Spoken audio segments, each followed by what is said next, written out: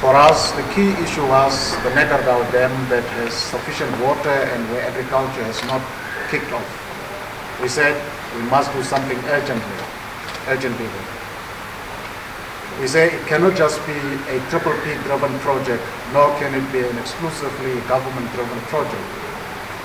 It has to be both a triple P, but also an outright private sector-driven project, but it must include the regional council, which is the principal governing body of that region, Taras.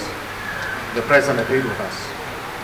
We said that there are local investors that are willing and ready to put in money to create jobs, start irrigation, and we proposed to the president that we must look at the land to be shared, 2,500 hectares to the Taras Regional Council and 2,500 hectares for the central government to do their part and the regional council does its part.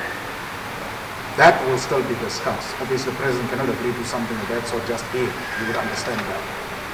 We have also said that there is need for a different irrigation system to be looked at Harkap to gain additional 1,000 hectares of land.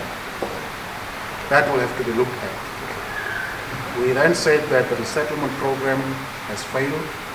It has to be looked at. We of course also raised the important issue of the local authority debt to manpower.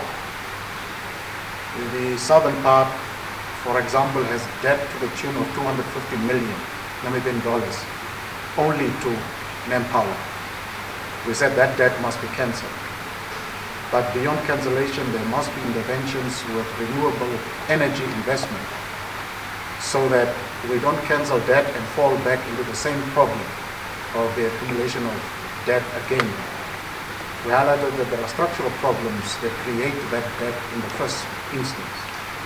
And we shared an understanding with the president and his team that that matter must be looked at. We highlighted quite briefly that the Ministry of Urban and Regional Development does not approve local authority budgets on time. As we speak, the budget of last year has not yet been approved by the minister. That creates problems in terms of service delivery. On the genocide, the president raised his opinions, some of which we know already, but we asked the president to lead a genocide conference of the affected communities. We will see what his final decision is. I will not disclose what his response was, but I think significant gaps remain in terms of where the government is and in terms of where we as LPM are.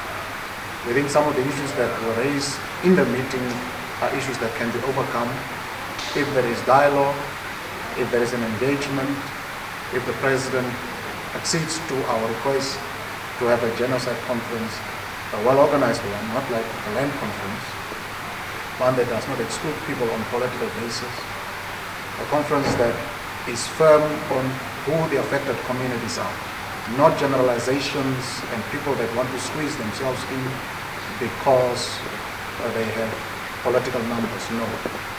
People that were genuinely affected, and we are uncompromising on that.